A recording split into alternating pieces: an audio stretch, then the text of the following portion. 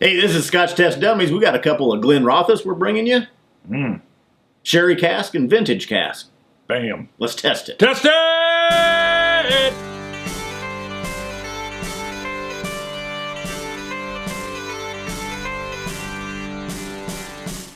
All right, you're tuning in. Hopefully you know I'm Scott. Bart here.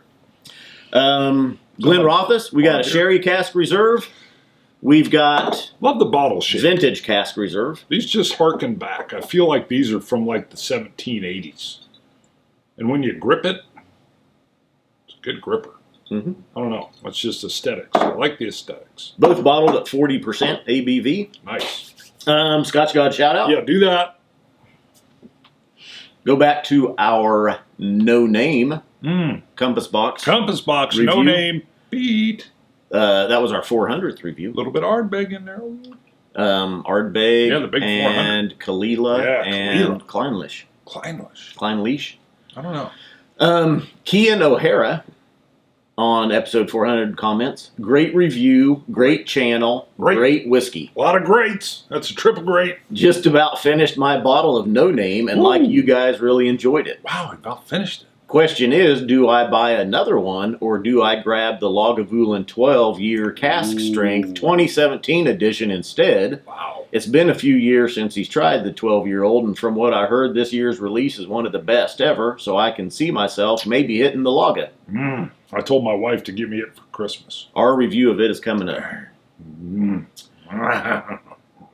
Now, I commented, I said, go with the Lagavulin. Just because you've had the Compass Box No Name, the Lagavulin, About the our same review price. is coming up. About the same price. I can't release any. Oh yeah. I can't preempt anything on it. Well, we've had the one. Oh wait, the review of the Lagavulins coming up. Yeah, Right. yeah. Both good. But you've tried the No Name, just try the Lagavulin. It's like And then get another bottle of it's like wild animal. All right, let's pour these. Let's see. I got my Glencairns. I got coins 142 and 143. 151. Ooh, isn't that 151 like the? No, sorry. And I've got a cognac Riedel. That's too much. A Riedel. We'll put the sherry cask on the right. It's fancy. All right. Might want a little bit. You want a little bit more than Yeah, that? you do that. By the way, I've got a Riedel story. To tell you. You ready for a Riedel story? I'm going to let you do the pour. No, you just told a story in the last episode. In the Wild Turkey 101. That was a long story, too. Got to talk about turkey. I fear the story, but go ahead. All right. So here's what happened. Do I like my Riedel glass or do I love it? You love it. Love it. One of the things I like. Love. That's a triple love. Triple love. One of the things I like most is how the tulip shape curve at the top meets my lower lip. You decided to go. I decided to go to their website and leave a comment on the cognac glass. When I left said comment, which I'm going to read to you shortly, there was an autocorrect error that I did not notice until I hit enter. Oh my. And it made for a very bad comment. And a Liz Arut, I am Root. had to help me fix it because it was bad. So I had to reach out to Riedel. I reached out to the Riedel. So here's my comment. You got your little blurb at the top. And the blurb at the top said this. The curved lip. Now this is the one that's supposed to get your attention. The curved lip which meets your mouth like a great... What do you think the last part of that would be? The curved lip meets your mouth like a great kiss, is what I was trying to say, right? That'll get your attention. You'd want to go read more. The curved lip meets your mouth like a great kiss. It auto-corrected the kid. So when I hit send and I wrote the rest, it said the curved lip which meets your mouth like a great kid. And I literally hit it, and I was reading the rest that I wrote. I wrote this whole deal, and then I came up to the top, and I'm like, what? Whoa. Immediately sent out an email to their customer service. But before that came back, I got a rejection for the comment. It said, Bart, Scotch Test Dummy, because that's how I titled it. Our staff has read your review and values your contribution, even though it did not meet all our website guidelines. Thanks for sharing, and we hope to publish you next time. And I'm like, oh my God. And I replied to that saying, I sent a thing. That was an accident. It was an overwrite. It was an autocorrect. So Liz had actually gotten a hold of me, Liz Aroot from Riedel, and said, hey, we got your email.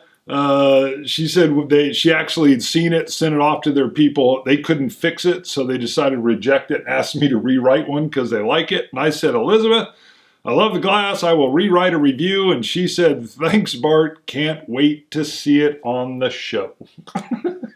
So I've made an impression with Riedel. Hey, it meets your Good one. It meets your lip like a great kid, Like a 10-year-old Pete. like an 8-year-old Pete. Yeah. I felt it was. I had to take a full bath. It was terrible. But I'm now known at Riedel. Yes, you are. We are, unfortunately. I'm sure they were like, like- yeah, not he's what we wanna a be known. Scotch test dummy. Look what he typed in here. Our Okay. glass is so great it meets your mouth like You a got great kid. You got the sherry cask Thank you. reserve on the right and the Woo. vintage cask reserve on the left. Now, we decided to do these together because they're both sherried Yes. finishes or sherried scotches. Right in my wheelhouse. Right. Yeah. Yes. Now, the vintage is basically a vatting of 10 different vintage bottlings from the Glenrothes, aging in range from 89 to 2007. Mm. So, some old malts and some younger malts in the vintage reserve. Got it. Did you like that storm? Yeah, that was a good one, actually. Not too long. Yeah.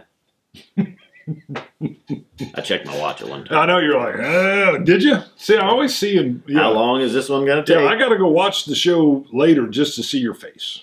Because you say that whole picture's worth 1,000 words. I got to say, first off, I was surprised by both of these. Wow. Now, and we mentioned they're bottled at 40%. They come off a little stronger. They don't really come off to me as 40, maybe 43 to 45%. The nose on the sherry cask, butter, a medium sherried finish, maltiness, roasted almonds, You poured Sherry. mine just like this, right? Yeah. Okay. sherry on the right, vintage on the left. The sherry is a little bit darker. Finish, I don't know I did have some what notes we on that. have for coloring or non-chill filtering. And I should have looked those up. Sweet dark fruit raisins. That's what I had in my notes. Yeah, I get that. Yeah, raisins. You know, the raisin smell, this will sound, it takes me back to my youth, is when you would open the little box of the raisins with the gal on the front. Mm-hmm. Sun-kissed. Was it Sun-kissed? Yeah. Looked like The vintage actually comes off a little bit lighter. A little bit of sherry, almost some bourbon cask influence, vanillas and creams. Okay. Yeah. Yeah. You're right. The vanilla is the kind of the underlayment near the finish on the nose. A little bit of honey, Mm-hmm. citrus. Like honeycomb. It's almost more sherry cask. When I did these individually, I thought they were both pretty well sherry forward, but the sherry cask definitely more, vintage lesser. I get a little bit on the sherry. I get a little hint of the grain. Mm-hmm. You're tasting sherry? Yes. You said grain. I've got maltiness in mine. Mm-hmm. Mm-hmm. That's on the nose. The taste is a very rich sherry. Very sweet. I've got in my notes it feels higher than 40%, It which I totally mentioned. feels higher than Yeah. 40%. Sometimes 40% feels a little watered down, a little weak, which someone pointed out Nice finish. early on. We've been going a little over 4 years now. But early on, we did Knob Creek single barrel. And I think it's 50%. Right. Maybe a little bit higher. And we were both blown away by the strength of it.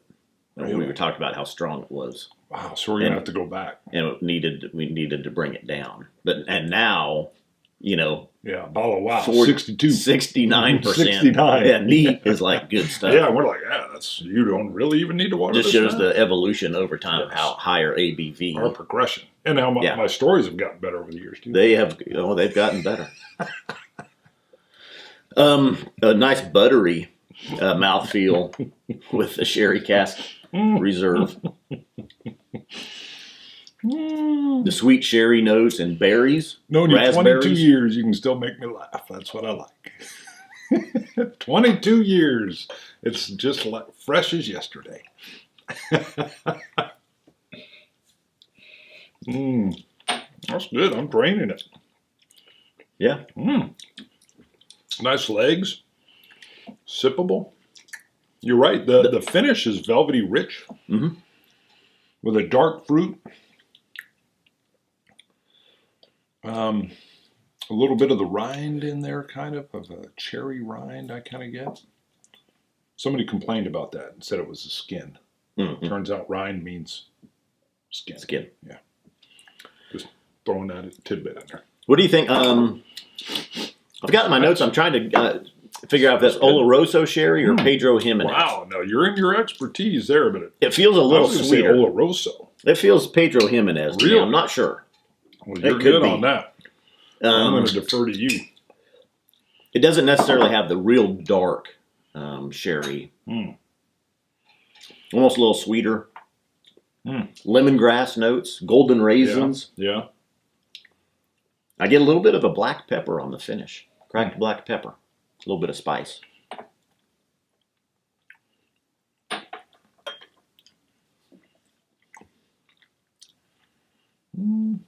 Okay. You know what's interesting with this one is the forefront is wispy and almost off in the distance, and the finish is where it really starts to evolve and grow and get strong. And even now I'm getting a great velvety feel on my cheeks. Wonderful mouth coating. That dark fruit lingers around. I think I had the kind of the pepperiness early in the finish. The finish in this is the shine for me. Wow. The fruit's still lingering, even now.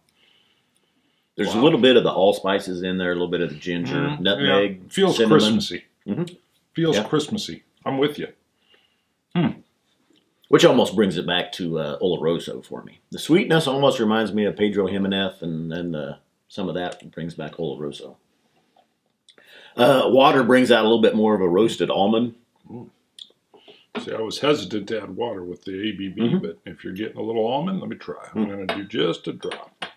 What do you do? Yeah. Always neat. Right. Always a drop of water. Boom. Got to try it. Yeah, I'm with you.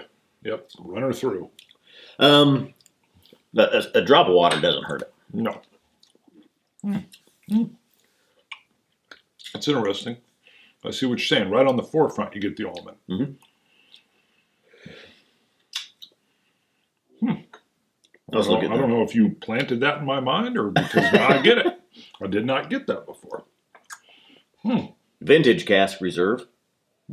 Again, it's a little bit lighter on the nose on the sherries, vanillas. Still going back to the sherry. Yep.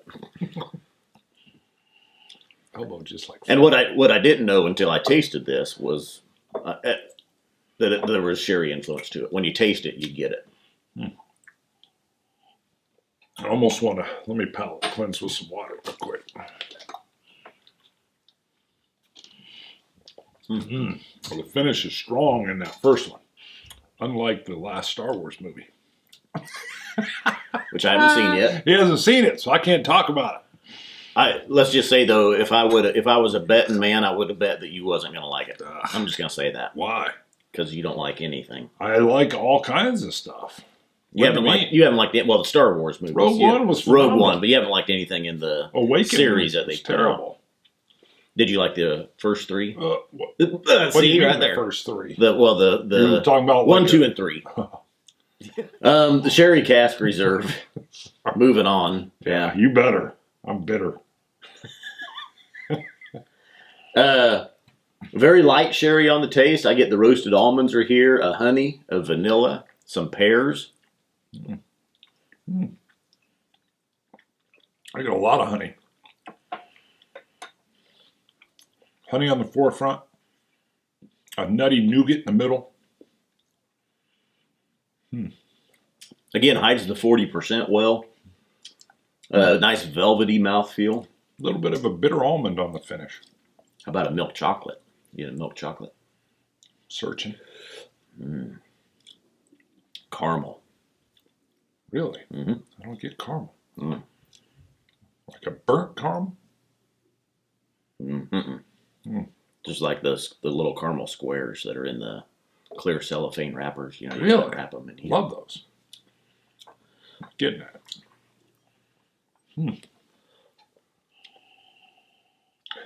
The nose is definitely lighter, crisper, citrus.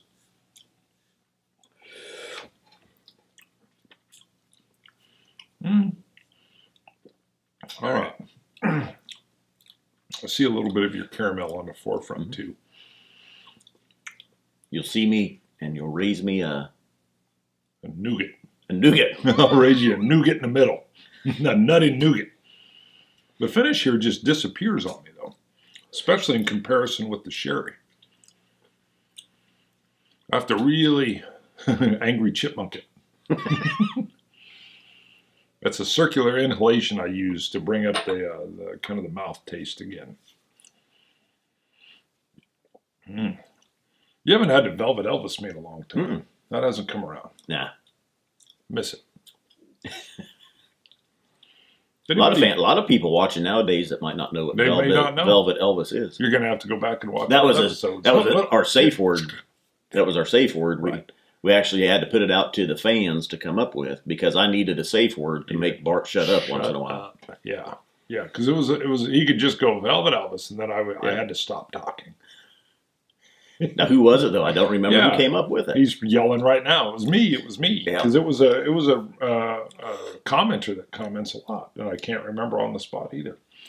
So I don't know if we've heard from him for a while. He's come back. All right.